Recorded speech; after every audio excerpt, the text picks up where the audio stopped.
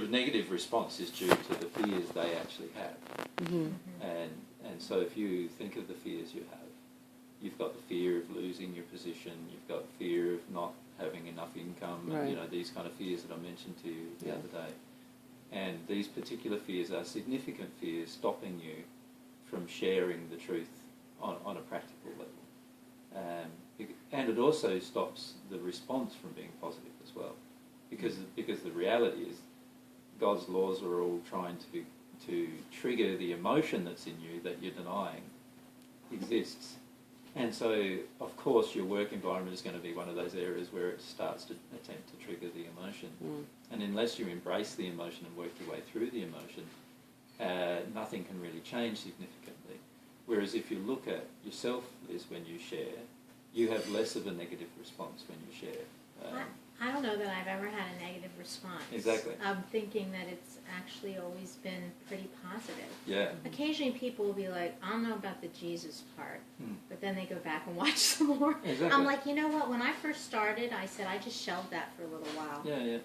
Because you just listen to what he's saying. Yeah. That's the crux of it, really. You know, because whether they want to believe you're Jesus or not is not what I'm trying to teach. But I suppose the point I'm making is that you have far less internal fear. Correct. About losing a job or Right. losing income. No, or I'm losing, totally, I all work those- for myself. Yeah. That's right. So But I had to you see, create, it was a long process of getting to this point. I And I understand. shared this with Pam. Yeah, I How understand. I had to go through giving up all kinds of security and income and acceptance. Like, it all had to go. You live it more than anyone else. Yeah, I'm Right aware. now. I'm aware of that. Right now, yeah. But I suppose the point of the discussion is, right at this moment, there is far less fear in you, and so that means when you share the truth with somebody, there's a higher likelihood they'll listen to it without responding to your fear first. Whereas yourself at the moment, Pam, there's a higher amount of fear within you. And so while you're still desiring, to share the truth, the issue is that the fear's got to be triggered somehow. And the funny thing is, I'll go back to my class. I have to go teach tonight. And I'll go back to the class tonight, and I'm going to talk about this. But I can't do this at Temple. Yeah. That's So I can affect, and I can do that and feel comfortable. Well, you can do it at Temple. You just might lose your job. I'll lose my job. And that's your issue. Yeah. That's the fear. Yeah. And this is where everybody has their limit of what they feel is their limit that they could share. And so in some cases, their limit is very, very small. In other words, they don't feel they can share at all. Yeah. With anybody, we've got plenty of people who we've met around the world who've You never can't even shared tell their partner, Partner. let alone anybody else. Wow. The fact that they're listening to somebody who calls himself Jesus, they can't even tell anybody. That's how much fear they have. And of course, the instant they start doing that, they get this fear triggered by people attacking them and trying to control them. But that is they don't understand that is what they attract in because of the soul. It's the soul emotion that exists in them. And that's once causing it's it. gone, it does change, because that's what Completely. happened for me. I was Yeah. terrified, and then I worked through a lot of that, and now people rarely attack me or reject me because of it. In fact, more of my old friends who kind of shunned me have now come back into my life, and just because of what I did emotionally. Yeah. So you've sort of got to, most people don't realise who have heard the truth, but you've sort of got to go through this period of time where all of your emotions are triggered. And if there's a lot of fear in you, then of course the fear is one of the first things that God's going to want to work with, to work through. And that's going to mean people attacking you. It's going to feel quite bad, but people attack you, and then you work through the fear, and then after you've got the fears gone, they stop attacking you. Does that make sense? And that's the reality of what happens. And the reason why I'm saying that is because while, there are significant numbers on the planet who now have heard the divine truth, I think there'd be over 10 we've given out 250,000 DVDs that we've given away, and so they all went somewhere, with people. So there's obviously a lot of people on the planet who do know now. Very few of them are willing to actually change their life, address their fears, or share it with others. And that is the real problem that it faces. So while there is this potential of change that's possible over the next few months, and I do believe there will be a significant change over the next few months,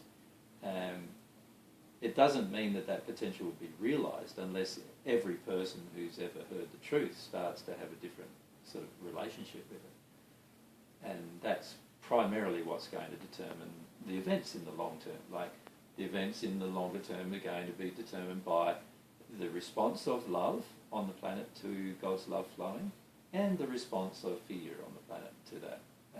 And once the fear levels get so high, then of course in certain events will occur for certain.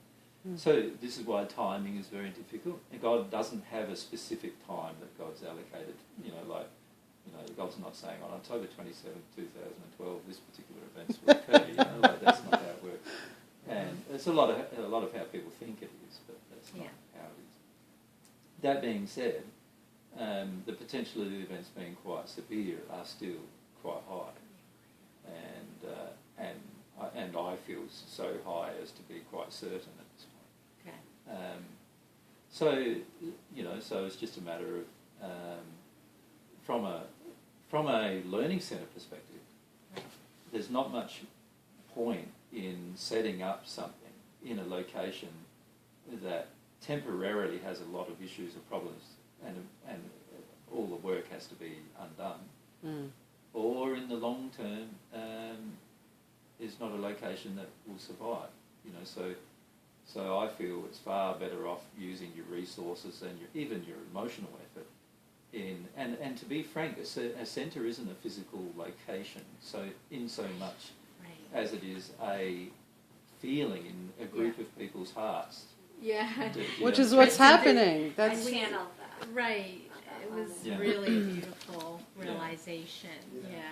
That being said, if that group of people just moved to a location, then that location would automatically be a location that other people would be attracted to. Does that make sense? Mm-hmm. And they wouldn't even have to have land in that location. They could just all rent somewhere in that location, and that will have the same effect. Basically, as setting up a centre would have. But you don't feel that should be around here because there's too much. No. Okay. No. If So it was I'm clear. me, I just no. want to be really clear, right? Yeah, if it was me, no. Okay. I would not. And then you may feel differently, and it's up to you what you feel. But Right. But if it was me, no, I'd be finding somewhere that I could engage with nature more, that I am not as influenced by people in a city as I currently are, as you currently are here, and I would a place where I can engage in understanding the processes of the earth and the environment. At the moment, you are very disconnected from your harmony with your environment. Most of you, for most of you, I actually know more about your native animals than you do. Definitely. Which is when you think about it, you've lived here your lives. Yeah, we're so clueless. We're suburbanites. Yeah. And so there's a deep need. There's a deep need, I feel, to be in a place where you can learn a closeness with the environment. Does that make sense? Totally. So if we went even more inland, like like to the Poconos. Poconos, or are you talking? Sorry. If we were talking like in Pennsylvania where the Poconos are. We have where mountains, the like a land, mountain the range, mountains, It's 100 miles 2 north of hours. Yeah, 3 hours they're more. the ones that go up to Maine, aren't they? Yeah. The Appalachian Trail, I think, is all through that. Yeah. So that's an area. The issue you face all the way through this region is you're only 100 miles from major built-up areas all the way along this mountain range up here, until you get sort of into Maine, and then it's a lot less built up. Isn't it? But really, in this area between New York, what is it? Oh, the whole Washington, Philly, New York, Boston, all the these way up. areas, Yeah. all the way up the coast from probably North Virginia. All of that area is very highly densely populated. Yeah. We're in a very hazardous area. Yeah, it's a very highly densely populated area, full of people who believe that they should be able to get anything they want at any time. Yes. And being just 100 miles away, 160 kilometres away from them, is going to be an interesting proposition come changes, I feel. So that's the issue you face here. I'm not saying that such locations have not got potential of survivability, because I believe they do that. That's coming But the back. issue you face Short term. is how what will happen in the after that in terms of. I feel that there's this area up next to Quebec City, about 100 miles in from Quebec City, along the border with Maine. Yeah. In Quebec, that area there is I feel really safe. You're mostly in Canada. There's far less guns. There's far more connection with nature there already with the people. It's connected. There's protection from the northerly waters as well as the east and westerly waters that are potentially going to flow, and that area there is quite a high potential likelihood of having good survivability, even if it gets very, very cold. As you come further south as well into this region, if Yellowstone does erupt, you are going to receive most of the ash. But they wouldn't up north? Well, less up north than here. Of course they will up Because of the north. jet but, stream. but yeah, you've got your jet stream, but you've also got the rotation of the Earth, which means that the ash will spread all around the Earth at some point. And we're rotating eastward, of course, but that means the westerlies, it'll all go westerly initially. But the problem with Yellowstone's eruption, if it does occur, is that you've got large amounts of pyroclastic cloud travelling at like 500 miles an hour, going a significant distance away from a supervolcano in every direction. And so you could potentially be covered with quite a lot of ash in a very short period of time. Here. Yeah, and it'd be quite dark for some time until it rains. Until the rain brings all the ash to the ground. It's going to be fantastic for the ground because, of course, you get all of this mineralisation of the ground. Here in the States, you've lost most of your topsoil mineral through the way you've been farming and that for many years, and so it's going to be fantastic for the ground. But the short term, it's going to also be quite dark and quite cold, Big mess. and so forth. Yeah. And you think it would be like that also up in Quebec and Maine, that area too? Less so, but it will still be a little like that, yes, but less so. The beauty up there is you don't have the social problems that you've got here. Yeah. So, there's less tendency to violence in Canadians generally, Yep. and there is less demand in them of things having Yeah. everything their own way. Yeah. And therefore they are less inclined to attack another person when they don't have their own way. So, there are a lot less potential social problems in that location that compared to here. I think the land is more available there too than it is along Well, the... that's the other thing, is it's also cheaper to purchase land in such an area. If you're going to purchase, it's cheaper to rent than if you were going to rent than it would be to rent here. And there's so many other advantages as well. So in the end up there, you can actually buy homes for the kind of homes that you might pay, like $100,000, $200,000 for here. You can buy out there for $80,000 or $70,000. So it's like the land also is the land component of any purchase you make up there is much less than it would be here. So there's other advantages, but if you look at just at the advantage of being in a more socially calm location, then that's helpful. I didn't mean to interrupt you.